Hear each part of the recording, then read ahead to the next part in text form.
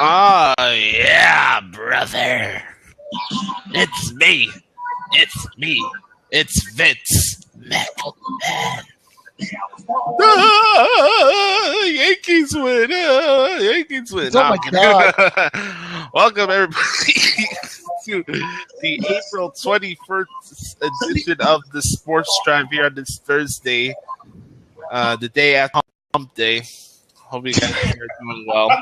After 420 Day as well, but we don't need to get into that either. No.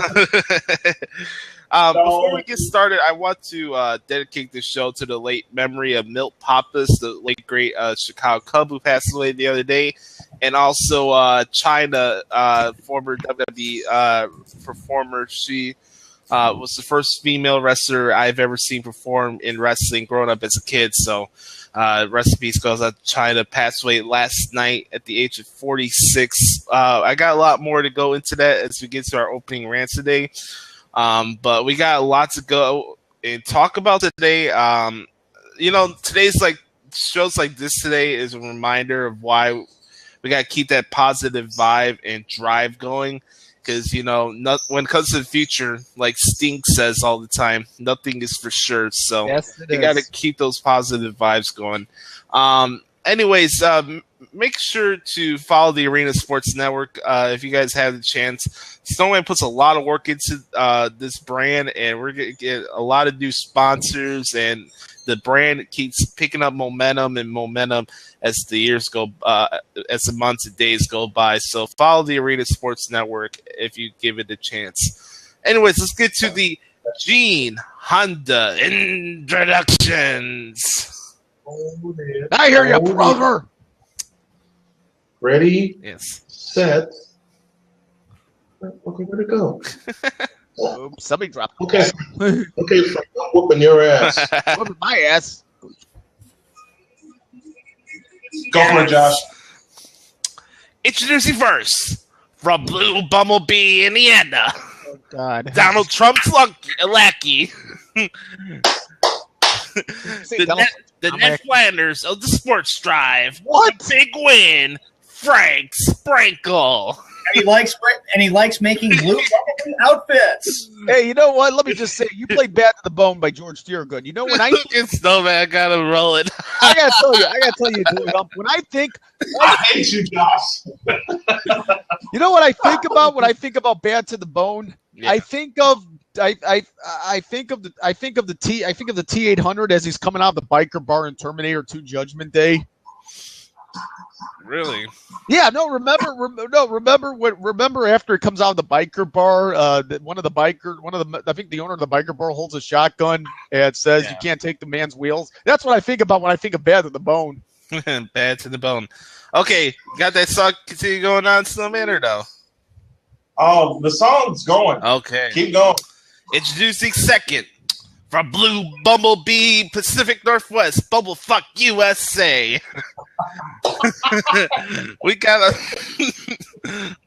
young man who plays center field for the Pablo Sandoval fan club. That's an insult. Insult. You can see him at your local Walmart in Coeur d'Alene, Idaho. Make sure you get your dentist appointments there as well. And J.C. Penney. Is he a psychiatrist at this moment? It's our co-host, the one and only Drew Carey himself, Sean Mann. Welcome, ladies and gentlemen, to the Sports Drive on this Thursday, April 21st, 2016. I'm feeling better. I'm glad the swollen face is getting better. That antibiotics has really kicked in and really done its job. Glad to be back, ready to rock and roll. And we're missing something. And I have something to say. Hey, we're missing something. What are we missing? We're missing something. What are we missing? We're missing Sean saying year. Shut up! Oh, gosh. Hear, and I'm also going to say, God. Shut up, Josh. I got something in the mail. Panda sent me an autographed piece of paper, and he said, God, my favorite fan. Did a piece of paper come from Panda Express? Did he sign it on there? It was mailed from the Panda Express because Was it an Instagram photo from Panda Express? That's what it's called. You know the bad thing about that, Sean, is you touch something where you don't know where Pablo Sandoval's hands have been during that time. Dude, Browning, The belt should have claimed that in and of itself. he also sent me in the mail, Browning, also that on a piece of paper his autograph and his broken belt, and I have that somewhere.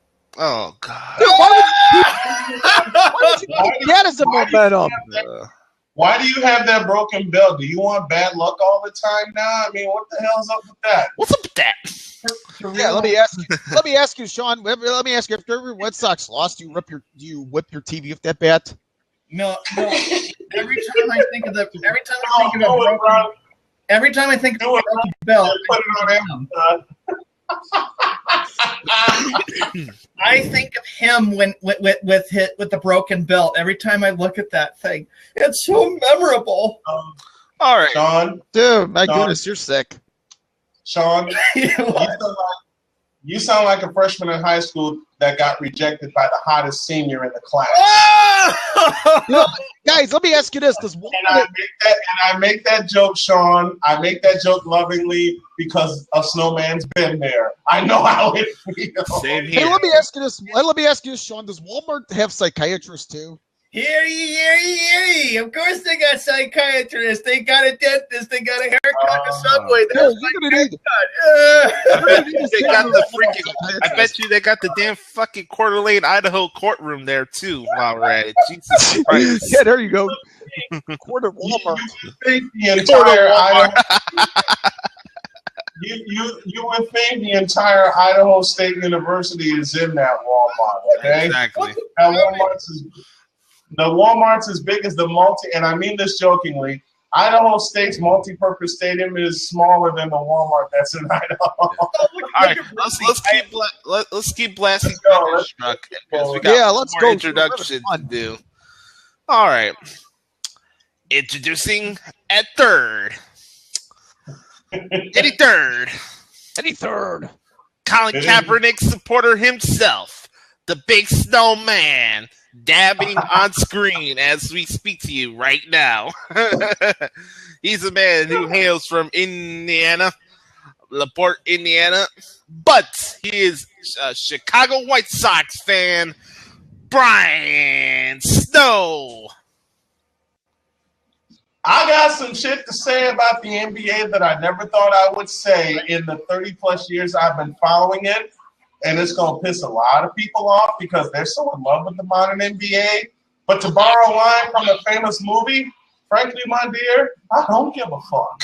That's how I am right now. What's up, Browning Master? And I'll do the last introduction. Speaking of rants, this is a fellow that has a rant for ages about certain subjects that other sports hosts on ESPN and Fox Sports are afraid to hit. But we're not, and neither is he. It's our fearless leader, Josh Lopez. Year he. Gosh. Don't steal my line. Don't steal that. I came up with it. Year. And Frank enjoyed hearing that as well. Sean, Hey, you know, I speak. Sean, whenever you do the hear ye, you run all the girls away. I'm just telling you. Yeah, I agree. Yes. Oh, no, the girls find. I'm the proprietor of truth when it comes to sports and professional wrestling. But at the same time, I could bust your chops and make you laugh at the same time. Always like to keep that motto going. Anyways, we got a lot to get to today, right, Sean? Read down the rundown for today's show. All right, our rundown that we got for today's show that Josh and I discussed along with Frank. Let me go take a look. Here we go. Now here we go. Okay, here we go. Intro, and we got an opening rant today. We got the MLB Who's Hot or Not. Tom Thibodeau, going to the Minnesota Timberwolves as the coach and the president. That's big news out of Minneapolis, Minnesota today with Tom Thibodeau. Yes. Who can come back from a 3-1 deficit? Will it be the LA Kings or the Chicago Blackhawks with their backs against the wall? LeBron James is ruining the NBA basketball. Yeah. Oh, Sean, you just figuring that one out? Hey, I'm the one that wrote that. Douche, Well, you Josh, shut up. You know what? I have something to say. Blue Bumble. Hey, Frank, go focus on knitting up your Blue Bumblebee outfit so I can breathe. Dude, can you think of something new? That sounds pretty lame. This Blue Bumblebee. You're unoriginal, you're unoriginal like Pablo Sandoval's weight loss program. Y'all look in the chat room right now because of what Brownie Master just put up. No, I'd be the ladies' man, Brownie. You cut that out. Yeah, you Not with those glasses. Hey, the overrated bowling player just made a very good point. Nothing. Made no sense with that. The ladies would find me attractive. Oh, shut up. No comment on that. Why would they find you attractive with all that Red Sox bullshit you have Exactly. on? Yeah, exactly. Good. Hey, number one. What woman wants Ted Williams root beer? Hey, don't talk about the greatest hitter who ever lived. And remember, I That's won that. subjective. Brett. That's subjective. Okay. I'm gonna Subjective. piss Sean off. I'm gonna piss Sean off because he always likes to say Ted Williams was the greatest hitter ever. I'll give you 3 left-handers right now that can out-hit him. Number 1, George Brett. Number 2, Will Clark. Correct. And number 3, a Hall of Famer, Ken Griffey Jr. And don't forget Tony Gwynn in that scenario as well. Okay, I'll put one more. Tony Gwynn. I hate to say this for the 4 of them, that all 4 are overrated. They are. Hi, Sean. So now we're going to throw people out? I do have confidence. Okay. On this day in sports history, we got the Skippy Dash Shower, Fact or Fiction, and lastly, the spoken word. Do we love ourselves some fact or fiction on this program? Yes. All right, let's go. All right, intro opening grants. Who wants to go first? I'll go first. All right, go ahead, Snowman. Floor is yours. Okay. Adam Silver, once upon a time, I loved you when you took over for David Stern because of all the bullshit David Stern did to globalize the brand of the NBA and not take care of the players from here. But I hate to say this, but you're David Stern's bitch still, and Stern's been gone a couple of years because it's obviously being set up for a Miami-Cleveland reunion in the Eastern Conference Finals, so they can boost their ratings, because they know ESPN is doing a shitty job of carrying the NBA right now. Yeah. I hate to put ABC in this bunch as well, but since ESPN and ABC are busy boning each other in the ass because they've had a hand in each other's pie since 1984, and no one wants to speak this right now, who the hell that's a real basketball fan that remembers Lakers Celtics from the 80s, Bulls Pistons from the late 80s, and Bulls Knicks from the 90s is going to pay attention to a series that has obviously been rigged to be put together just so LeBron James can go back to Miami for 2, possibly 3 days, and they can boost everything in South Beach right now. The NBA is trying to make it all about the Cleveland Cavaliers, and I'm sorry, and I hate to tell you this, Miami nor Cleveland will not win the NBA championship. As much as David Stern has a hand in Adam Silver's pot right now, because this is David Stern's doing. Adam Silver's got nothing to do with this. I could completely abolish him, but if Adam Silver had any kind of nuts right now, he'd go case by case and see that it's being set up for Miami and Cleveland to be in the Eastern Conference Finals just so they can overshadow the Spurs and the Warriors or whoever plays the Warriors in the Western Conference Finals. They want to boost the East. They want to boost Cleveland because they know whoever comes out of the East is going to get their ass kicked in the NBA Finals. That's my opening rant. You know what? It's kind of sad that Mickey Mouse is ruining basketball and journalism, but that's neither here or there. Go ahead, Sean. I will say I agree with what Snowman is saying completely. I'm just saying, Celtics, 2 more losses, and they'll be done entirely with the NBA season. Because it's like, if Miami and Cleveland meet, all they're going to talk about is what's the reaction going to be like when LeBron James goes up against his former team and even 2 of his good friends, Dwayne Wade and Chris Bosh. I'll be so sick of it. I will be. And I will boycott that. I will boycott the rest of the playoffs if the Celtics get booted out. And they probably will. I'll save that when we get to the NBA playoffs, though. My opening rant is we stay right along the lines with ESPN. First, ESPN fires Bill Simmons and gets rid of him. Yeah. Kurt Schilling posted something on his Facebook last night. Kurt Schilling did. And you know what, ESPN? You are a real bad network. If you don't like what somebody is, you know what? My bone to pick with ESPN is this. Aren't we supposed to be opinionated and supposed to express what we believe and what we feel is right? Yeah. Now you fire Kurt Schilling, and you know what? Kurt is still one of my favorites because of what he did with the Red Sox. And of course with the Diamondbacks was impressive too, as he was the co-MVP with Randy Johnson in the 01 Fall Classic. Now you get rid of a guy who is a great baseball personality, but we already know that network hires players who played in the game with non-journalism skills.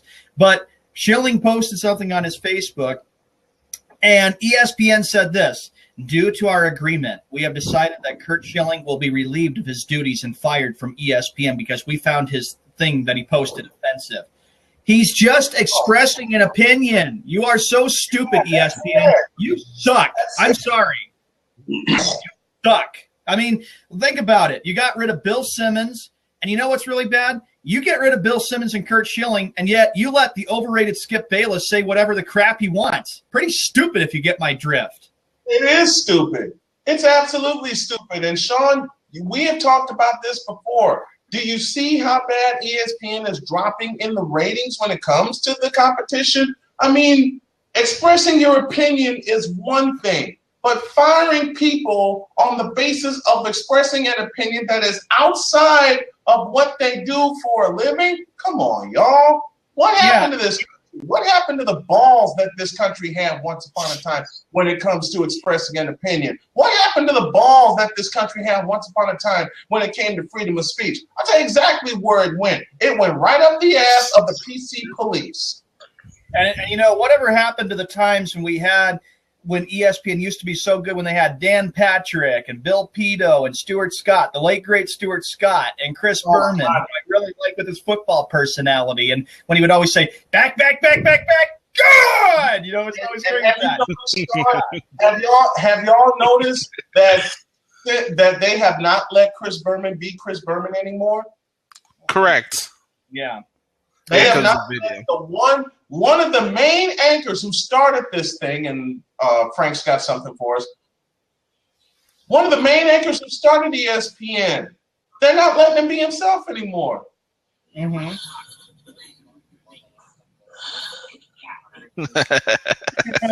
Nice. Thoughts about ESPN? Nice. That's my thoughts about ESPN and political correctness right there. There you go. Because whatever you would say or whatever they would find offensive, they'll boot you and fire you. And I just felt it wasn't fair for Bill Simmons when he got fired a few years ago. And what was it, October of 2014? They didn't like what he said, and then they kicked him off. And here's Skip Bayless getting away with it. I was like going, why don't you fire him? He makes some of the most stupidest comments, and he's so repetitive with his favorite words. It drives Frank and everybody upset. Which we could just draw a picture of. Yeah, we could here's the thing. You could draw a picture of Skip Bayless and put it right next to my in the dictionary. Boom! That's him. My opening rant is not PC. Good. For those who don't know, I am a big professional wrestling fan. Yes, you are. Been covering it as a job for the last 3 years, and it always breaks my heart when I find out that wrestlers, whether female or male, pass away. And Chyna passed away last night at the age of 46 due to drug overdose. And you know, professional wrestling is sure had taken a public beating through Nimrods like Katie Couric or Nancy Grace or Geraldo Rivera and dumbasses who go on CNN and run their mouth about a business they don't know two shits about. And, you know, these men and women put their bodies on the line. They're not perfect human beings, but nobody is a perfect human being. And Chyna sure had her personal demons, but she was turning the corner. She fought through a lot in her life. She paved the way for a lot of women in today's wrestling. I remember when I was growing up during the Attitude Era, Chyna was the first female wrestler I've ever seen that. She was the first woman to compete in the King of the Ring tournament. She was the first woman to compete in the Royal Rumble match. She was the only woman to be the Intercontinental Champion. She was part of DX. A lot of stuff Chyna did, and if you really think about it, Chyna's run only lasted about 4 years. Yeah. If you really think about it, Wasn't long. and that much of an impact she had in that short of time will last on for years and years. My issue, and I know people know about this, people know why Chyna left the company. We know the issues about her in the past with her and Stephanie McMahon and Triple H and blah blah blah blah blah. My issue is, when somebody passes away, you should be celebrating their life, not going on social media and bringing up dirty laundry and irrelevant fucking shit that has nothing to do with what's going on. Okay, could WWE could have handled their situation better with Chyna during that time? I think so, yeah.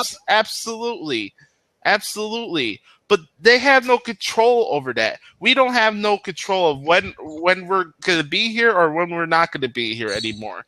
We don't have any control over that. And to bring up these irrelevant, dirty laundry shit because you want to act holier and now is fucking bullshit. It's insensitive, to be honest with you. I know you're saying, oh, what happened to the country having no balls, Snowman? Well, at the same time, you got to realize in this society, people want to go and attack people to make themselves feel better about a situation.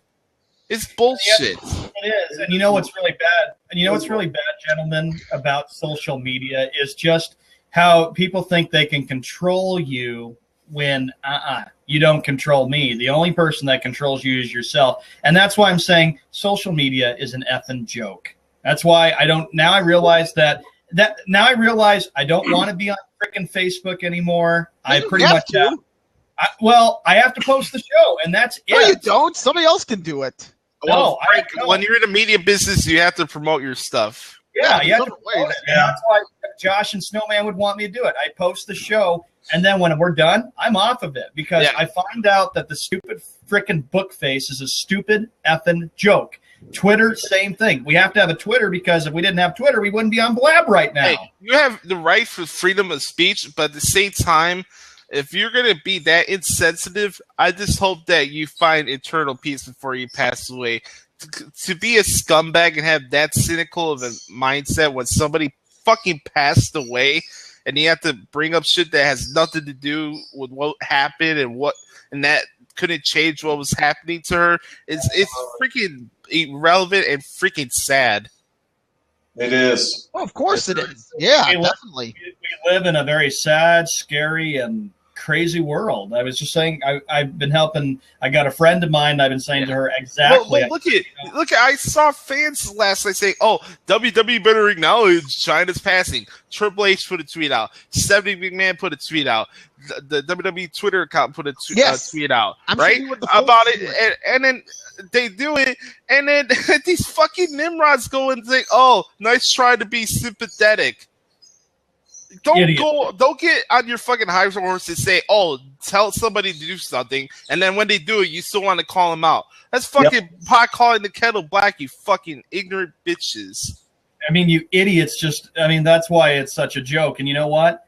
I'm telling you right now, Facebook and Twitter will not be around forever. I am not joking. One of these days, it's going to be gone. There's going to be some new social media thing out there, and then I will debate even if I want to sign up for it. I really will, because it's like really, really sad. I'm only on there to promote myself, to be honest with you. Promote the show. Yeah, Josh, it's like you're promoting the show and you're doing your stories. I mean, that's what you have to do. Frank, you're doing the same thing. Me, I'm promoting the show. I got a lot to do. I got a lot that I'm promoting. That's the same with me when I promote the play-by-play broadcast. That's all I use it for. And the only reason why I have this is because I have the messenger on there in case Josh or Snowman need to message me. And I got my text because if Frank needs to get a hold of me. Social media has provided a platform for today's society to be even more cowards. We've gone from having an actual conversation like this or in person or calling somebody on the phone to going on our fucking keyboards and to degrade people but we can't say it or try to hash it out like a real. Somebody came up with a term. Keyboard gangsters is what this world has become for the most part because of social media. Yes. I debated even signing up for Facebook in 2010. It's like, oh, you need to get on Facebook. My first question is, what the fuck is Facebook? Now I'm hating it. I'm hating Facebook, and all I do is promote the broadcast, promote the company. That's it. I don't look at timelines anymore. I get alerts on my phone when someone responds to one of the posts for a play-by-play call. I put ads out on there for folks that want to contribute content or host a show on our network. That's it. I don't do anything else. I mean, hell, I will say this: if it were not for social media, that's how we would not have landed Cleaver Supplements. Let me get this out. Let me get this out of the way as I reach for my cards here. Today's program brought to you by Cleaver Supplements, pure supplements for when genetics are not enough. My thanks to James Cleaver for sponsoring our programming for the next year. Thanks, James. But it's as far as social media is not social. I use it for business. Period. Let me take my father, for example. When Facebook was launched in 2003, my dad exploded and said, what a stupid joke to put that thing up there. He said, people are going to get zapped. People are going to get hurt. And it's happened to me. I've gotten hurt so much on there. So I said, I don't care. And, a friend of mine who she's a great friend of mine. We visit all the time. We both just said, we don't care anymore. We are done with our days with Bookface. We want to stay off as much as possible. And my dad was telling me a few days ago when I was coming home from the doctor, he said to me, it's making you better, Sean, because now you're a normal person. You're not an addict. Because if you stay on there and you spend all your freaking time on stupid Facebook, you're an addict and you just live on there, and you got to have other things to do besides sit behind your phone or on your stinking computer. Yeah, exactly, Brian. Exactly, bud. I mean, it's nuts. And then having to listen to people be opinionated. Browning, she died from drug overdose. That's what caused it. Yeah. That was. I'll tell you what, very shocked. Hey, Sean, let me ask you: do you feel better being off social media? I mean, does it make you personally? Your dad says the same thing, but do you personally feel better? I do feel better. I feel better. One thing about Facebook, way too much toxic drama. Way too much toxic drama. But people create it. People create it. It's people. People create it. It's what people make of it. Yeah. And you feel better being off of it because then you have other things to do, and it makes me happy. Like I talk with my friends. I talk with a very good friend on the phone. She and I have good discussions. That's it. And we don't really care because it's like, yeah, I understand, Frank. Running to Bookface or running to Twitter to complain about your problems is the absolute worst thing to do. You can't do that because other people don't want to hear it. That's the point. It's crazy. And I fell into that after what dipshit Bill did to me last March. I was just so angry I needed to explode. But being off, and you guys have noticed, I've been off of Bookface more than I've been on it. The only time I'm on it is when I promote programs and promote games and things like that. I'm not into the drama. Period. I'm not into the drama. What the fuck am I going to get into the drama for? It's nuts. Yeah. Yeah.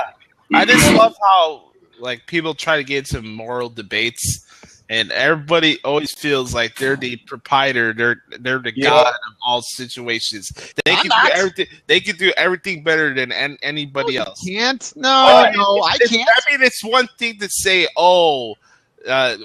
this team is not playing good. Oh, they should be doing a better job. But honestly, I really get offended when people say that somebody should lose their job. I don't care what the situation is. If they're a bad coach, they're a bad coach. But to say that people need to lose their jobs and say, we could be a better GM is just insulting. And as broadcasters, we're insulting the fans' intelligence. Because if we were, Stephen A. fucking Smith would be a fucking manager for the New York Knicks, right? But no, he's not. He's not qualified. You can say all you want, but he's not going to do anything about it. He's not let me go back to ESPN, which kicked off our rant. there's something that they've done recently, and I know we talked about it, and I talked about Fred Victor about it for a good hour last night. Have y'all noticed during the NBA broadcast that when someone shoots a three-point shot, a red line pops up? Yeah. That's ESPN. Yeah, that's ESPN only. ESPN only. What the fuck is that?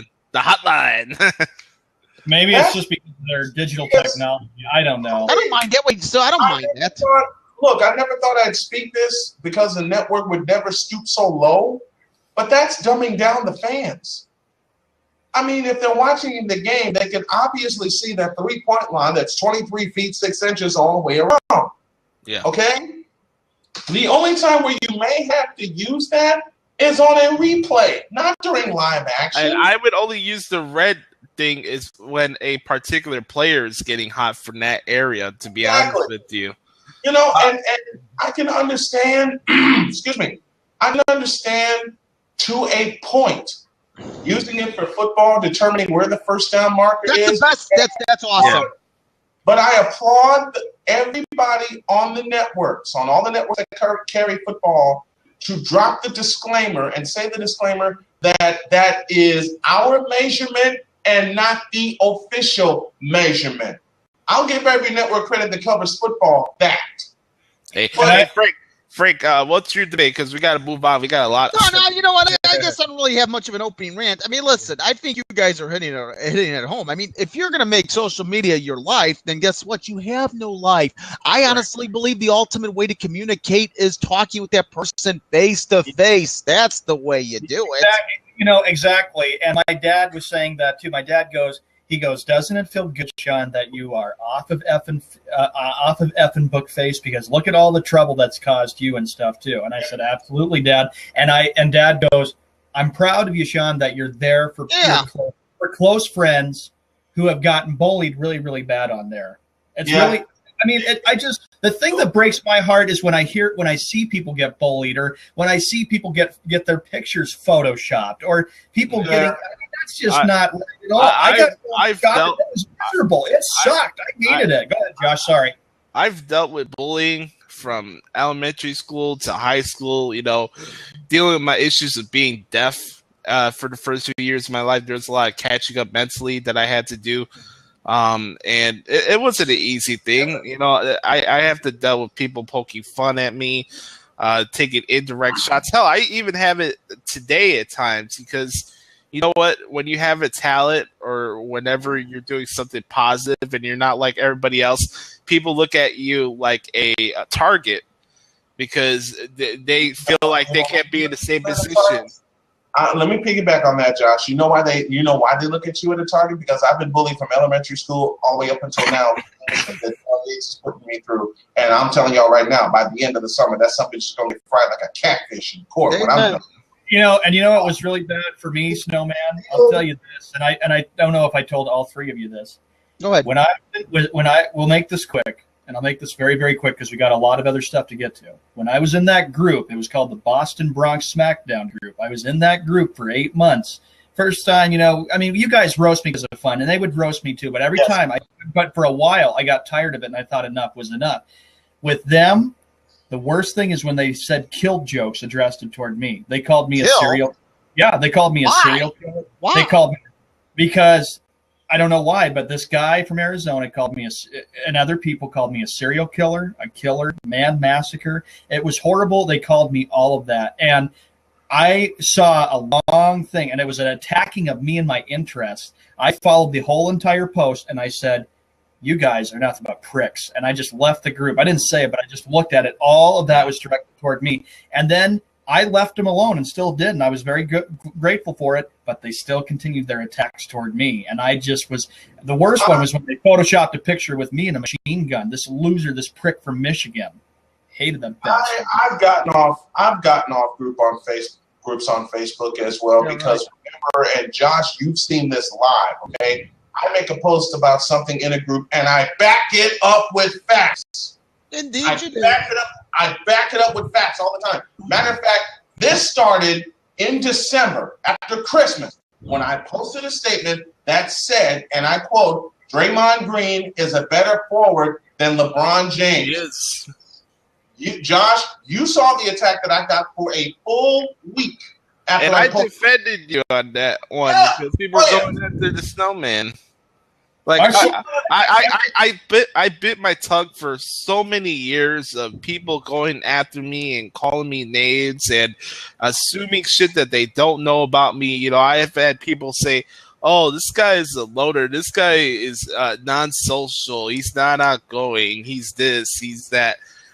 No, I'm reclusive at times. I'll admit that, but I am cautious of who I surround myself with. I'm not going to allow people to take advantage of me anymore. I'm not. I had to deal with this shit for over a decade, and I've had enough of it. And it sucks, man. You know, like, it doesn't matter what you do. You could be a really talented guitar player, but people want to judge you for something that's totally irrelevant because they don't have the balls or the courage to take the time to get to know you as a human being. You want to know something about me? Ask me. Don't go asking somebody else, "Oh, what's up with this guy?"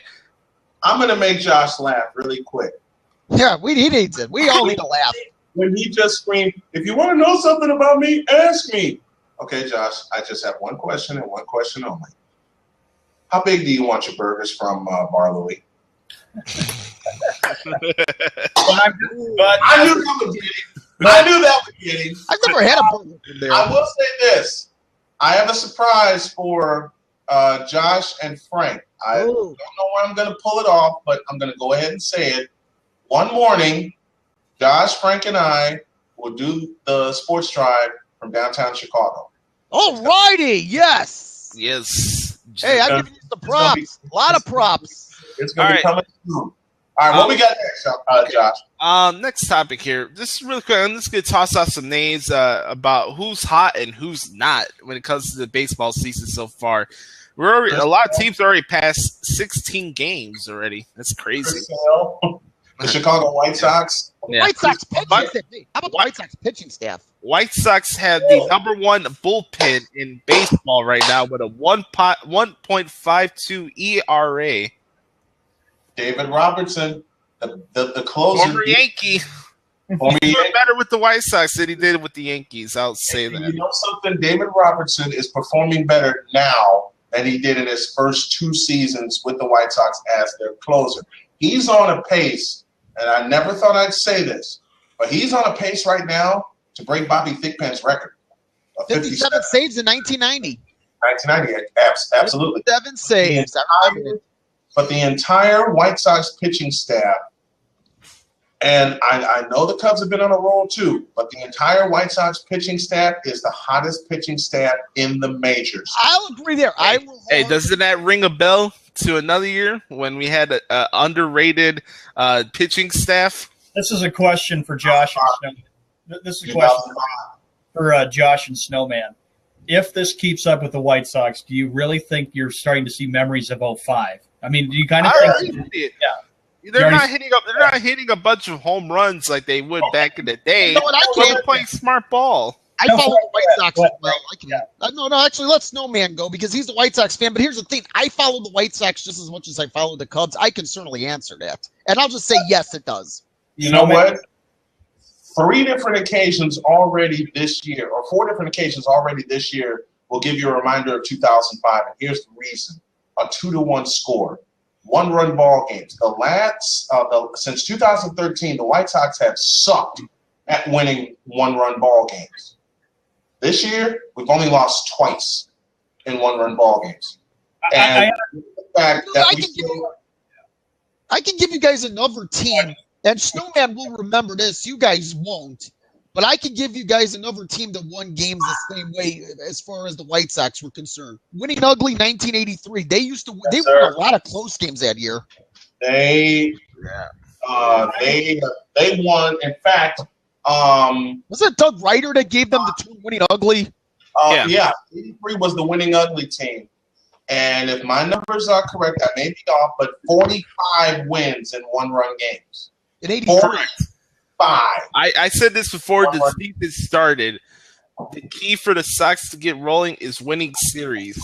It's not about leading the league in offense or this or that. It's just play smart and taking advantage of wins as much as you can. You know what? And that's exactly the key. I got a package.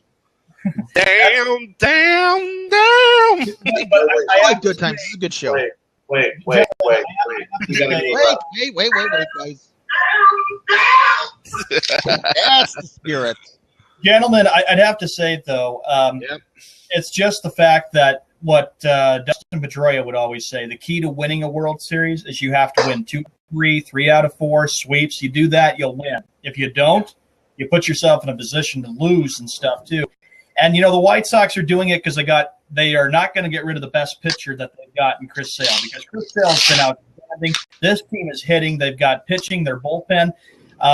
Frank, I since we're talking baseball, props on the Chicago Cubs, buddy. Yes. You know what? I knew that the Cubs were going to be very good before the beginning of the season. I know, Snowman, you picked the Pirates, but the Cubs, though, Joe Madden is a veterin manager, and he knows how to. Hey, they're putting their foot up the division team's ass. I love seeing that. I love seeing that. I absolutely love seeing that because for once, the Cub fans don't have to complain about losing in the division because they're kicking the division's ass right now. Exactly. The only series that the White Sox have lost this year, we lost 2 out of 3 in Tampa, and that halted a 5-game winning streak. Then we lost the first one with the Angels, but then we won the last 2 with the Angels, so we won another series. Justin Pedroia said it best, and before Pedroia said it, Ozzie Guillen said it in 2005. You got to win series. Don't think about going for the sweep all the time. If you can get 2 out of 3 every series, or 3 out of 4 every series, or in a couple come up with a split, you're fine. Yeah, you're good. And the Cubs are doing well too, Frank. And I got to ask you, your thoughts so far on what Joe Madden's doing. Is he doing it with small ball, Frank, or is it just? Yes. Oh no, prominently small ball. Listen, if you take a look at on base percentage, and I'll be honest, when it comes to one baseball statistic, I look at OPS more than I look at BA, batting average. And the Cubs are leading the league in on-base percentage. And I'll tell you what, say what you want about modern-day baseball. People, the fans want to see, they want to see the lawn balls. They want to see your team blow them out with 6, 7 runs. I disagree. I win. But here's the thing. You play small ball to do it. You don't necessarily hit the homer all the time. And what has impressed me with the Cubs is they're getting on base and they're bringing in runs that way. That has been the key right there. Hey, Chris Bryant made a hell of a catch yesterday in left field. I didn't see it. I missed the game. I was working, but I heard about it.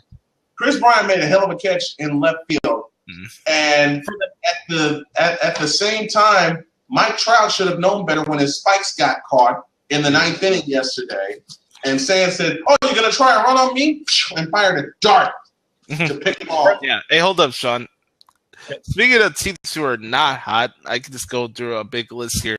You got the Pittsburgh Pirates, the Mets, the Royals, the Giants, the who else? Let's see, the Atlanta Braves, the New York Yankees, the Yankees. Skanky. Hey, product placement time. This package, this is part of our advertising deal. This is Kleber Supplements. Thanks, Kleber. Hey, yeah. I like that shirt. I like that. Nice. I get one of those, though, man. I got to give you some more props. Got to give you more props, dude. They know I'm trying to drop weight, so they sent me a couple rounds of fat burner. Oh, nice. And what else did they say? Oh, my gosh. Wait, what's that? I don't know what that is. Oh! I know what this is. This is the product that I know I'm going to love.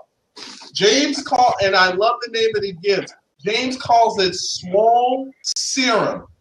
And this is for one is for pre-workout and one is for post-workout. Oh, great. He sent me two rounds of this, and all of our programming this year was brought to you by Kleber Supplements. And I think this is a shirt. Yeah, this is a shirt. So I'm going to find a way to hang this up in my office.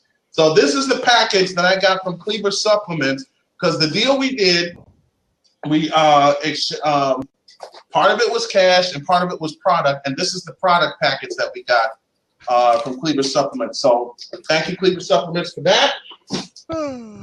And who just yawned? I did. I had to work late. Hey, I was working last night. Hey, come in, give me one yawn. One yawn. One yawn.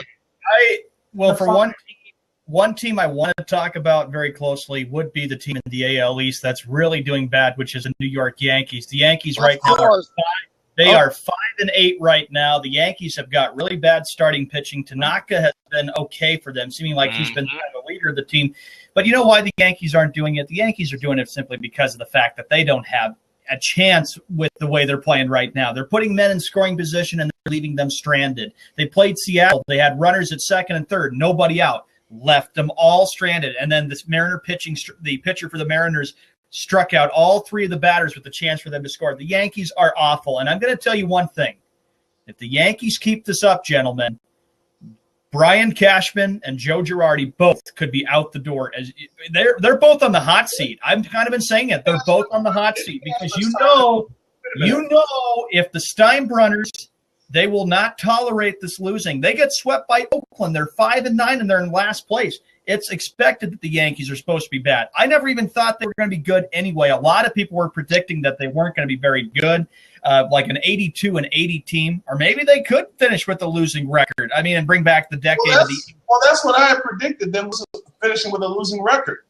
Mm-hmm. Okay, Josh, you got a red ass phone over there. What are you doing, man? What are you calling? What are you calling?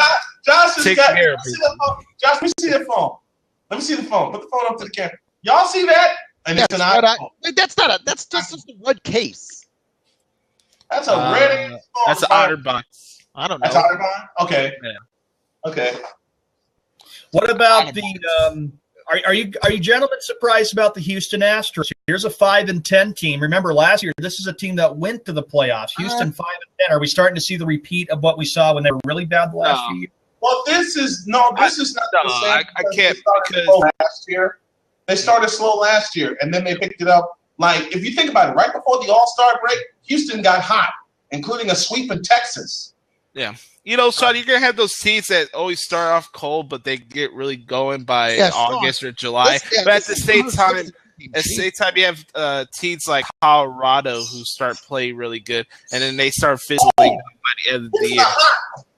Speaking of who's hot, how about this Trevor Story kid? Oh, yes. The story of the Rockies. This guy, he didn't really do much. How about this Trevor Story kid? Yeah. How about him? Rookie of the year? But the question with the Colorado Rockies, though, is can they keep up in the NL West? Because they got Nolan are what I can't pronounce his last name. Arendano? Yeah, there you go. Yeah, no, he's really good. I for those who don't know, I do a lot of MLB recap results, and I always see him in the scoring sheets. So that guy brings in a lot of. You gonna start putting it on the ASN site, bud? I will. Okay. I have a lot of them. I don't know if I could put all of them on there. Here's a question for all of you, though. All of your thoughts on the Atlanta Braves and the Minnesota Twins. Okay, can I just answer that in 4 words? Yeah, go ahead, bud. Who gives a fuck? Exactly. Don't say that. The Bama family's upset. Don't say that. Hey, we kicked their ass in Target Field. We got no business winning in Target Field, and we swept them. Who gives a flying fig Newton about the Twinkies right now? And as I say that, as I say that, watch later on this year. There's gonna be some goof, and Josh, you know this. You know what I'm about to say. Being a White Sox fan, as I say, who cares about the Minnesota Twins? Some goofy shit is gonna happen. Well, this is the Twins. Hey, how about this one, Sean? Who gives a flying fig dude about the Detroit Tigers? I'm sorry, Snowman, but that's my nickname for the Tigers. Look, Donna would appreciate it, okay? Yes. Donna would get, if she were here, Donna would get such a kick out of you using that name. All right? If I know one thing about my daughter, if she were to hear her name mentioned in any way whatsoever, there'd be a 2-foot smile on her face right now. Hey, boys, we got to move on because we went big in the rants early on, but it was a good conversation, so I don't mind that the opening rants went long. Anyways, I just got a couple basketball topics I want to talk about before we go to On This Day. Tom Thibodeau is now the head of basketball operations and head coach of the Minnesota Timberwolves. I just wanted to get you guys quick thoughts about it. Game on! Hey, that's a great move. Game on! I support it wholeheartedly. I'm happy for the Minnesota Timberwolves. I'm happy for Tom Thibodeau. I think it's a slam dunk for the Timberwolves because take a look at Tom Thibodeau and the Bulls under him. They were in the playoffs. They were competitive just about every year. And one thing the Timberwolves will be doing will be playing some pretty good defense. Should be interesting to see what happens. You know where the Bulls fucked up royally? Tell me. Not letting him be in charge of basketball ops. Because he can manage the basketball ops and the head coach. The Garpax regime ain't working. I'm sorry. Wait, Snowman, let me say this. Don't the Bulls have a pretty... I don't agree with that, but go ahead, Frank. Let me ask you guys that. Well, no, more Snowman and the Gluey Hump than you, Sean, because we follow the Bulls. And I know you follow the Bulls, but we're used to it here in Chicago. Do you get the sense that the Bulls have a bad track record when it comes to head coaches staying? I mean, we know about Phil Jackson and we know about his tenure, but that didn't end on good terms. Scott Skiles, that didn't end on good terms. Tom Thibodeau, that didn't end on good terms. Hey, Frank, add one more to the pile. Doug Collins. Well, there was some controversy surrounding that. Add Doug Collins to the pile. All right, Doug Collins, fine. Doug Collins, 1989, entered Phil Jackson. But Phil Jackson was the head coach throughout the 6 championships of the 90s. But at the same time, you can make an argument that Doug Collins, pushed him to the brink. Okay? Phil Jackson came in and took care of business. No denying that whatsoever. I'll say this, no man. Let me say this about Doug Collins. I will for those first 3 Bulls teams of the early '90s. Doug Collins did lay the foundation. Mm-hmm. I will say this: Doug Collins should get his due. He was there in the late 1989. He left after the '89 season, but the foundation was set. 2 years later, they win the NBA championship. Here's what I think of. And I'll make this quick because we're approaching the top of the hour. And let me get this plug out of the way. This portion brought to you by Dickie's Barbecue in Valparaiso. Dickie's. Here's what I think of this situation. You know what? The Bulls' loss is the Timberwolves' gain, big time. I don't believe it. Yeah, I'll give you props. Now you have a coach that can be a president of basketball operations and have an organization that he can shape and really put on the map the same way, in a roundabout sort of way Pat Riley did with Miami, and in a roundabout sort of way, the way Jerry Buss and Pat Riley did with the Lakers back in the 80s. Because remember, in 1980, the Lakers won the world championship over Philadelphia, but then after that season, Paul Westhead was shipped out. And then Pat Riley was hired as Lakers coach in 1981. My thoughts very quickly, because we got to get this bash hour here very quickly, and Josh has got a couple other things. Minnesota needed somebody that hopefully could try to bring kind of the leadership, and hopefully Thibodeau could do that. But my thinking is the Timberwolves, okay, they got Thibodeau, who did a good job, I will admit, with the Bulls. I know that it ended in heartbreak, but you know what? The Timberwolves still have a lot of work to do. What free agents can they get? How much of a threat can this team be in the Western Conference? Think about it. It's been 12 years since the Timberwolves' last playoff appearance. That was when they played the Western Conference Finals against the LA Lakers, lost in 6 games against them. So Minnesota has there's a lot of work ahead for the Timberwolves, though. Even though they got Thibodeau, I still think, they be a threat? They got the right person in place. Okay, Josh, what do we have next? Because we're I want to give my thoughts on it. This whole Tibbs thing, he's as much in fault of how that Bulls situation came to an end as Gar and Paxson were. I think both people should be accountable in those situations. Not one person's in the right and one person's in the wrong. I just don't see it that way, because if it was really that big of an issue, and they couldn't find a way to be grown men and get over it, then and if Tibbs didn't want to be here, then don't be here. And I feel like this whole guard packs guard packs is the reason why this is happening is a cop out, because that's a narrative that's been spewed from Nick Friedel and the entire ESPN 1000 crew. You know something, Josh? You have a point. I do agree with that. I do agree with that, because the whole guard packs regime has been dictated by Chicago sports media and not by who's really in charge. Again, it goes back to a point we talked about earlier about who's really in charge. And by the way, ESPN, that's called doing research. I'm not afraid to call out what actually comes out of these issues. Exactly. Yeah, it's supposed to do research. And by the way, ESPN, the rant that you heard me earlier, I backed it up with a lot of facts. It's called research, bitches. Yeah, it's called research, not being so stinking biased like Sorry. It's not about kissing butt. It's not about kissing butt here. Being Right. Like the Boston Shrine behind him, but I'm kidding. I'm kidding. Hey guys, another topic before we go to the top of the hour. Speaking of ESPN darlings, I said this to Sean before we went on there today. This may be the most uninteresting, vanilla, boring ass NBA playoffs I've seen in my entire life. Preach it, Josh. I'm not gonna saddle myself watching that nonsense. It's not basketball. It's props. I'm not just gonna give you props.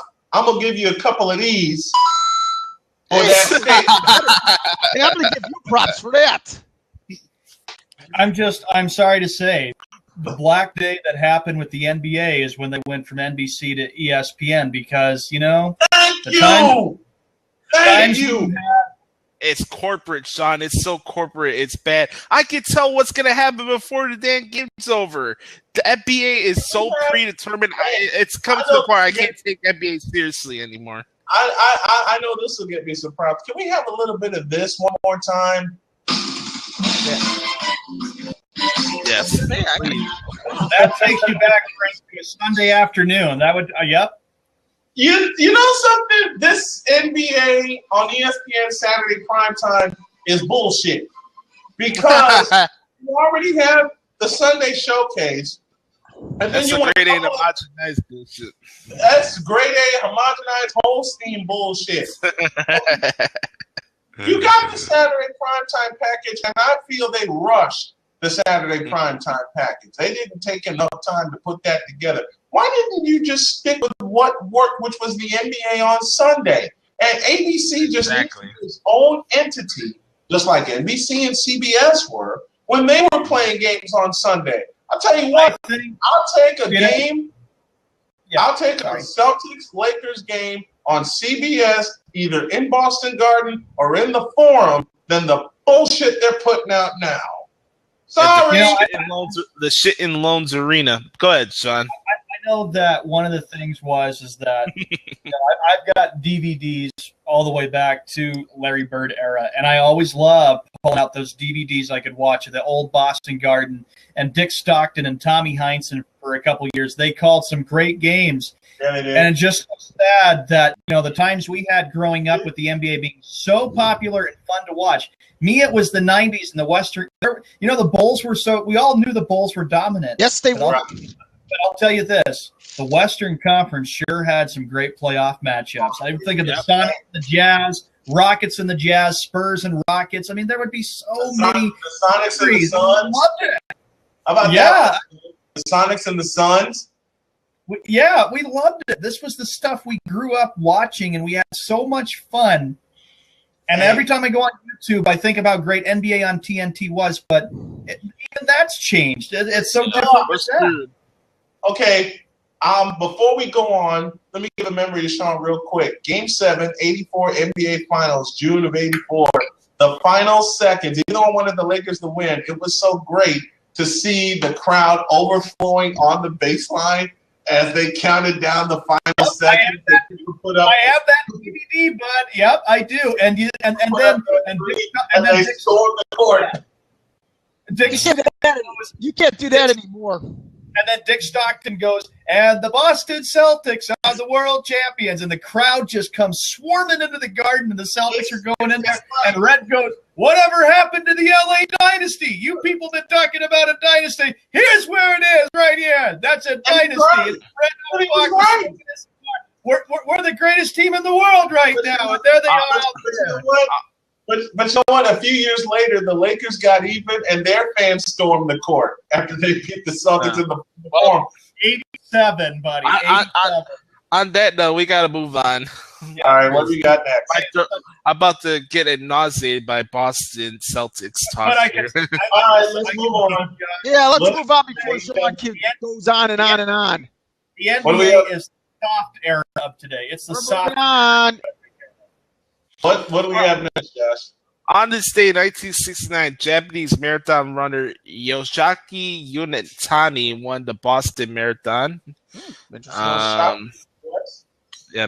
On this day, 1970, sportscaster Kurt Gowdy became the first sports broadcaster to receive the George Foster Peabody Award for achievement in radio and television. Now, that's a real broadcaster, Kurt Gowdy. He was great.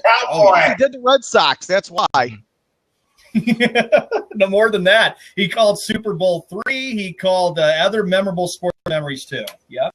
On this day, 1984, David Palmer, the Montreal Expos, pitched the fourth shorted perfect game in Major League Baseball history. His perfect game was called out due to raining after 5 innings. So he had a perfect game in 5 innings. Yeah, there's got to be an asterisk by there. All right, so birthday shout-outs before we go to the bash shower. I always like to give a couple birthday shout-outs. We're going to start off with Queen Elizabeth, actually. She turned 90 today, the Queen. Tony Homo turned 36 today. Who gives a fuck? Next! Happy birthday, Tony Homo Romo. I'm sure there's a couple people that are really celebrating that. Yeah, Iggy Pop. Iggy Pop, the singer, he turned 69 today. Is that his real name? Yeah. Iggy Pop. Yes. Jock Peterson of the Los Angeles Dodgers, he turned 24 today. By the way, I want to say rest in peace to Doris Roberts, who played Marie Barone in one of my favorite shows growing up as a kid. Everybody Loves Raymond. I love that show. She's gonna be missed. She passed away a couple days ago. That's what she did. Yeah. All right. Next one. You guys see him on E Network, and you see him on a lot of movies. Terrence J, the actor, he turned 34 today. Oh, how about this one, Sean? I think you like this one. Tony Danza, he turned 65 today. Happy birthday, Molly. Yes, I always liked Taxi. I still like the show Taxi. That's one of the best intros, I think, in terms of TV intro music. That's one of the best of all time. The theme from Taxi. I don't know if you guys remember this movie. This is one of my favorite baseball movies. Mr. 3000 with Bernie Mac. Yes. It was actually on MLB Network the other day. Yeah, it was. I forgot to watch that on MLB Network. Well, the young guy that was like the best player of the team, the guy who was hitting a bunch of home runs, his name is Brian J. White. He turned 41 today. And then the last one, you guys see him on Fox all the time on the NFL pregame shows. Comedian Rob Riggle, he turned 46 today. So that's all of our birthday shout outs for today. Happy birthday to them all. Yeah. Happy birthday. All right, we ready? Yeah. Ladies and gentlemen, boys and girls, the guy with the shucks is ready. The guy with the items up for bid and his great sounds clips are up, and Josh has got all the annoying quotes from this stupid, lousy, overrated broadcaster. It's the Skippy Bayless Bash Hour. Yeah, not only that I had... Time for the Skippy Bayless Bash. Skip Bayless talks crap all day long. And now, it's our turn. We all know Bayless is a moron, but now... The real stars like that. One more time! Please. It is time for the action. Bayless Trash. Skip Bayless talks crap all day long. And now, our turn. We all know Bayless is a moron, but now, the real stars like that. Let's go! How many mics we got today there, Josh? Oh God. How many? Oh no! Well, Well, like I said, last night was not a fun night for you, truly. I had to write down these quotes and in the meantime find out that one of my favorite wrestling personalities passed away at the same time. So, needless to say, I think this may be the best Skippy Bayless Bash hour because we got the most ridiculous of quotes that I've seen Skip Bayless come up with today. No. Oh boy. And the total for mine? 21. Oh, 21 mice. Look at that's a lot. That's a lot. Yeah, Brownie Mason said it best. Good Lord. For those who don't know, the Skippy Bayless Bash Hour is a thing where I read quotes from his show No Take, and it's also his appearance on Stephen Naismith's Sirius XM radio show on Mad Dog Sports Radio Channel 83. So not all these quotes are from ESPN2. I just want to make that perfectly clear. I'm the messenger. I'm not Skippy. Okay, just want to make that perfectly clear. But I know one thing. Josh is sick every day of listening what this prick has. Dude, if you were Skippy, I'd be shocking you. On your mark, get set, go. Skippy Bayless said that mine. Oh, My Houston Rockets will win the next 4 games. Oh, jeez! You know what? Oh, there goes Frank. You know what, Skip Bayless? That is a stupid thing for you to say. Oh, he's probably saying it. Oh, they don't have Stephen Curry. They won't win. They're not going to win because they don't have Stephen Curry because he's injured with an ankle. Scratch my ass, you jerk. Scratch my ass. Go ahead, the Warriors have the ability to sweep the Houston Rockets. Houston cannot keep up with them. Houston is not very good. All right, I'll make a proposition. If the Rockets win the next 4 games, they got to win 4 in a row. I will quit this show forever. I will quit Arena Sports Network and do no games, no shows. You know what? Fuck you and that bet, Frank. I ain't gonna let you. They're not going to win 4 games. That's the point. You know that, and I know that. But the best chance Houston had to steal one was Monday, without Stephen Curry in the lineup, and they still gave up 115 points. Hey, Frank. The Rockets win those games, you pay for me and the Snowman when we hang out. Sure, deal. Hey, deal. I'll pay for both of you. Okay, there you go. I better say this. Ain't gonna happen. I love that soundbite. I remember we recorded it on the show. You actually, the Rockets have got to win 4 straight. The Rockets have got to win games 3, 4, 5, and 6. It won't go past 4. So why the hell? That's the purpose. That's why I'm making the bet. Go ahead. Skippy Bayless said that he's a better analyst and host than Ernie Johnson. Excuse me? That's some grade A homogenized hosting bullshit. Show some respect. Ernie Johnson is a legend. Yeah, the guy's a class act. Hey, you know, his dad, I got to tell you something about his dad, the former Milwaukee Braves pitcher. He's an Atlanta Braves legend. It makes sense why he does all the TNT. I remember when his dad was broadcasting Braves games on TBS. Yeah. Sean, are you okay now? How the crap, Skip Bayless, do you say that? That you brag about yourself all the time. You probably would say, oh, I'm a better broadcaster and I know more knowledge than Sean, Josh, Frank, and Snowman. I'd be like, you know what? If you were to say that about us, come right on the show right now and see if you really can overtake us. Exactly. You would get your ass kicked easily in a But heartbeat. no, we got cleared by the ESPN PR department because we need a PR department for everything in broadcasting for some reason. And Skip would say, "Oh, I would come to your show, and I would have my assistant do my research for me instead of you." That's fine. We'll still beat you. Hey, we'll still, beat you. No, We still still beat you. Go ahead. Even Snowman would usually kick your butt. Here's the first item up for bids. Ooh, what is it? Uh, Can I put that down my mouth? The freshen our area from the bullshit that was just spewed. yeah, exactly. I Hey, like you know what the cure for everything is? what? Windex. Ah, Oh yes, Class Plus. Yeah, we can just wipe all that stuff that Skip Bayless would say. All right, next one. Yes, Skippy next. said Akeem Olajuwon was overrated, and Tristan Thompson is a better forward than Hakeem Olajuwon. What the hell is that about? Akeem Olajuwon won 2 NBA championships. Oh my goodness! Are you gonna leave me too, Sean? I'm not hanging up. Otherwise, if we both hang up, our show will end. That is so stupid. Akeem Olajuwon. I used to watch Akeem Olajuwon in the mid-'90s, and I'm telling you, Akeem was I want to a know great. where you said that bullshit. He said on the Sirius XM And show. don't forget, Rockets started their What's up, champion- Tex?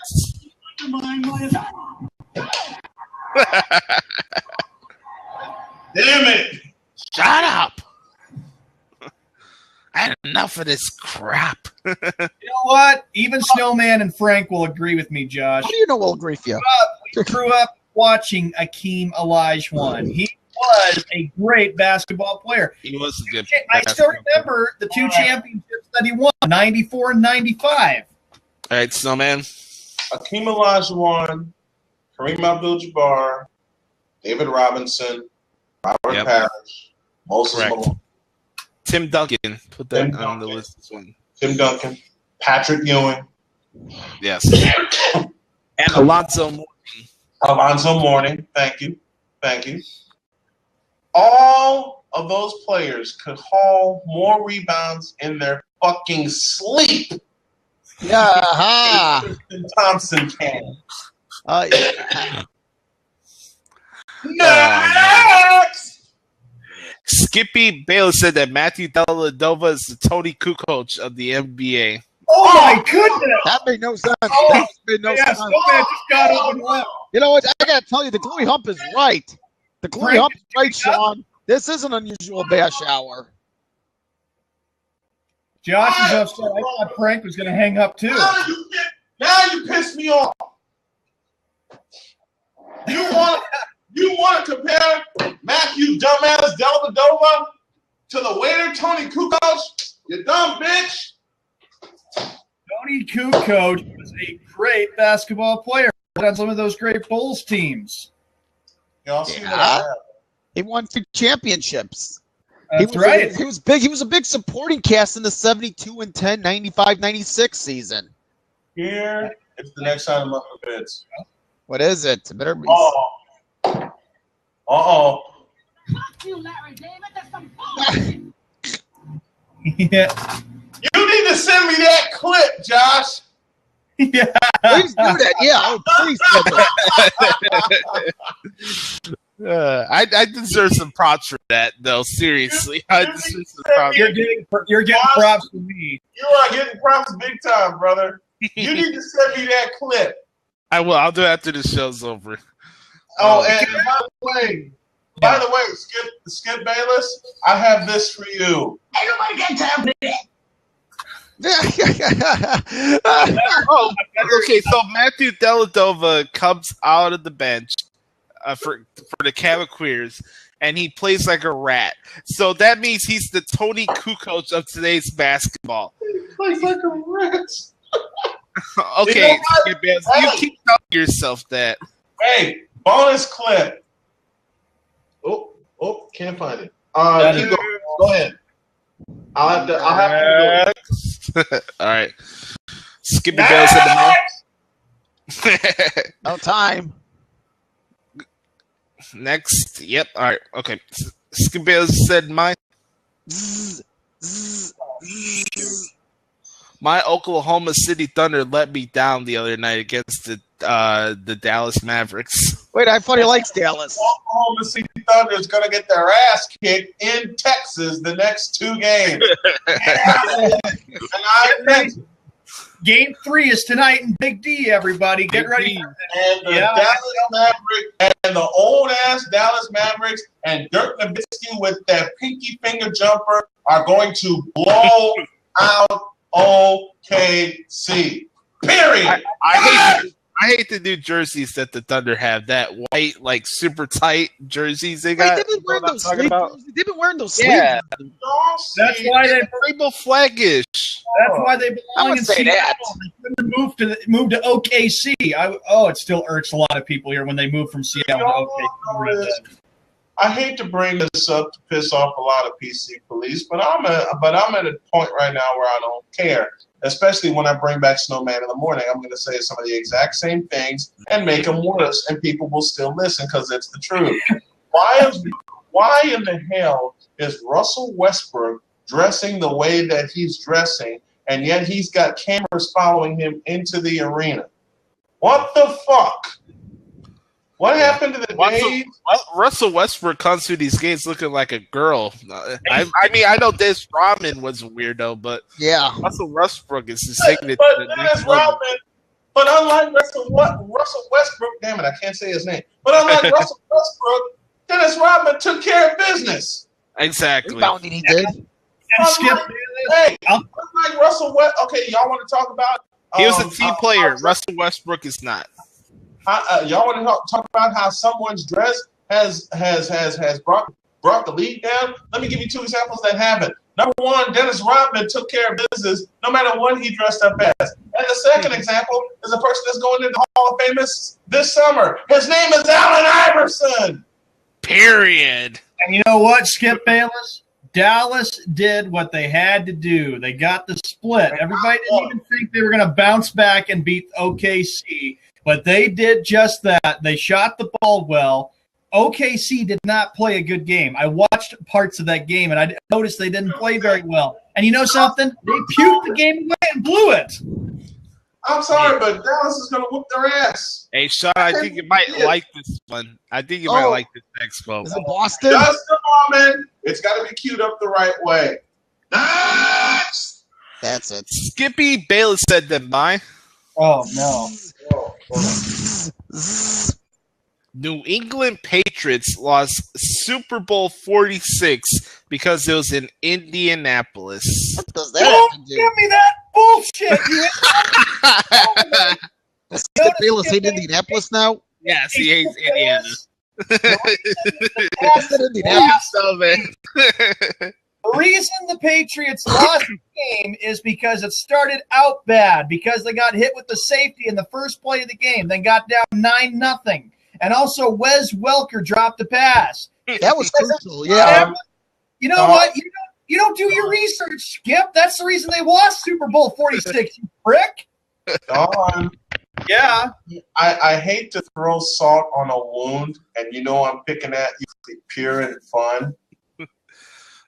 But the New England Patriots were scared of the New York Giants because they lost to them before in the Super Bowl in Arizona. Hey, they thought going to Walmart the night before the Super Bowl would bring the team together and get that confidence up. Oh my goodness! I'm never going to Walmart again. You get props for that, Josh. Yeah, props too. I don't think I'll ever go to Walmart again. Go ahead, Sean. Worse is the fact that Josh asked what was the worst experience. Was it 42 or 46? Yeah. I'm always going to say Super Bowl 42 is the one that gave me the bad nightmares. Oh, I know Jeff ripped you for Super Bowl 46. I do remember you know that. What? Yeah, and fucking Jeff ripped me because when the Patriots beat the Seahawks, and he ripped me for that, jackass. Doesn't like who I go for. Go fuck yourself. Good, Snowman. Y'all noticed Eddie was in here a few minutes earlier. I bet you that some bitch was like writing notes or something like that. Yeah. Oh, by the way, Sean, this is for you with the 2 Patriot losses to the Giants. Oh no! Which lends credence to my argument that the greatest quarterback ever is Joe Montana. Fuck Tom Brady. Dude, you're a weirdo, dude. What is with you? Dude, you're a weirdo. Yeah, thank you. Dude, Ain't nobody got time for that nonsense, man. I don't. Sound like a damn pigeon. Hey, shut up! Oh, can I join you? Wait, just a moment. While I'm taking pot shots at Sean, and I know he's going to be with me throughout the course of the summer, have y'all ever seen a penguin full of Miller Lite? Oh, God. Where are we going with this? A penguin with glasses. Wait a minute. You add Sean's glasses, his love for the Red Sox, and take the haircut out of the way, you got Sean.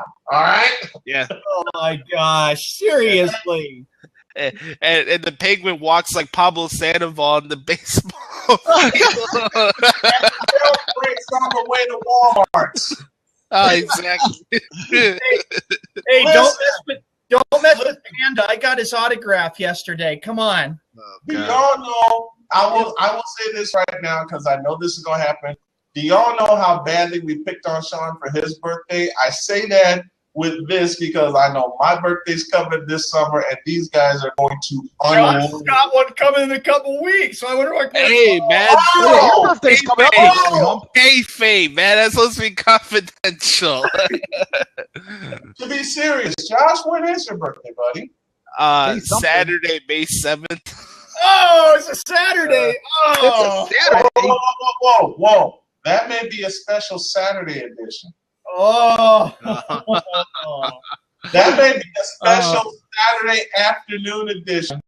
As a matter of fact, I'm going to try to make this happen at one of our places downtown.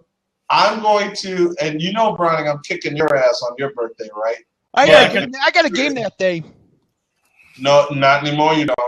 But I may set it up where Josh and I do a special sports drive, and we call Sean on Josh's birthday. I'll tell you what. Can we do it later on in the night? My game's in the morning. I'm available later in the day. That's what I was planning. And you know what? And Josh, I say this very playfully. You know what we're gonna do to Josh? We're gonna get him drunk off his ass. I actually know what. I don't want any part of that. Oh, God. Oh, you're gonna have a part of it, Frank, because we're Hey, getting. if you thought the Exelon files is something, wait till me and Big Win and Snowman get together. Oh, God. Oh yeah, and then you're gonna pick that Saturday. You're gonna pick a surprising Saturday to call me on my phone. Yeah. You damn right. Well, and you gonna join in on the show if we. I can't believe I'm saying this, but it's the truth. I'm actually looking. Will you shut up, Ray? Fuck. I know. We're going to Wrigley. We got to talk about that. Damn. I can't stand these birds. I'm sorry. Anyways, like I was saying, I can't believe I'm saying. Do we need Sylvester? Do we need Sylvester to come in? No, with I thought I saw a Tweety bird.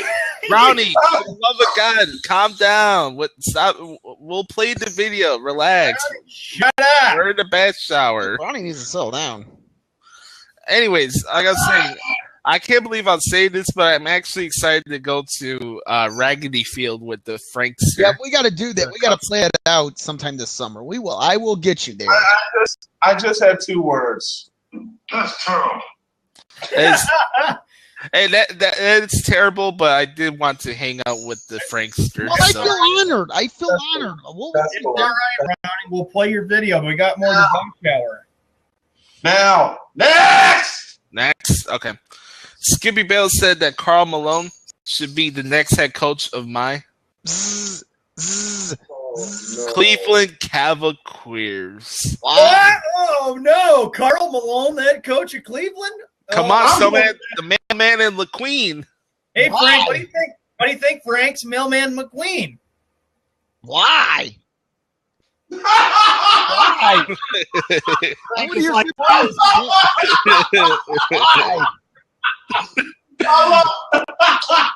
I love this show. What? That's the best answer. Why? Look at Brown and Karl Malone. What? What? Hey, Wait. You mean this? What? what? Ain't got no time for that. What? Ain't nobody got time for that. Yeah. What? Karl Malone. And Karl Malone. You know, I hope one of these times I say Skippy Cole and we hear a Darth Vader voice. I'm just saying that. What? All right, here we go. Skippy Bale said that my Oh, good grief. Chicago Cubs are on a roll. I know they Oh, are. we finally know. I know Oh, they wait a are. minute. Hold it. Time out. Penalty flag on the field. Hey, That that's gimmick infringement. That's gimmick infringement. That's Snowman's. Time out. Hold it. He finally. I will allow it. I will allow it. Go ahead, I was Sean. He finally said something positive about a Chicago sports team. Wow, It's a Skippy. miracle. It took rocket science to figure that out. Oh my God. I appreciate the compliment. Thank Hey, you. don't you feel that the Cubs would be even more cursed with Skip Bayless endorsing them, though? He'll probably say, my Chicago Cubs are going to win the World Series since my Yankees suck right now, which they really do. In case y'all didn't hear it, Well done. I remember one time somebody blocked a shot at the Exxon Files and Snowman played that. I was just rolling on the floor. I hit that button accidentally, and Melissa Avalos was cracking up. The kids in the pants were cracking up when I played that. Yeah, we had that. We had that house rocking though. Oh man, we had that house turned upside down. Oh, What's the next one? oh man, I told you today's bash hour was going to be all over the place. This is nuts. You're right. This is the most insane bash shower. I Since think we've this. been on the I air. think this next quote's going to be the most insane of them all. Uh-oh. Oh no. Crap. With the first pick in the 2016 NFL Draft, Gosh. Skip Bayless would select LeBron James. Wait, read that again. With the first pick of the 2016 NFL Draft, Skip Bayless would select LeBron James. You are a LeBron ass history. There goes Frank. I knew that. LeBron, you're an ass kisser, you son of a bitch. Josh, this is for you. Yes. By the way, ladies and gentlemen, oh, we got a video. Oh no. Oh no. Drugs are bad. Oh God. You're bad because drugs are bad. Okay, it's a bad thing to do drugs, so don't be bad by doing drugs. Damn it. To do drugs, so don't be bad by doing drugs. Okay, that'd be bad. Drugs are bad. Oh God. Yeah. How about okay. this? LeBron James goes into the NFL and he impresses Skip Bayless. He'll go to the Cowboys. He could go to Dallas. So for that comment, this is going to happen. That made no sense. Here's one. What? Here's two. That's terrible. Here's three. I'm a human being. God damn it. My life has value. Here's four. That is blasphemous. Yep. Blasphemous. How dare you? How dare you say such a thing? And to finish it off, Hey, I got a special video for you guys, actually. Let's see it. I love these videos. Let's see it, dude. what we got next? LeBron in the NFL. That's a goddamn joke. I'm sorry. That 70s show. I actually thought the show was good when it was on Fox. That's a bigger joke than the Cowboys winning the Super Bowl. True. Ah, damn it! And he's dumb. He's a dumbass.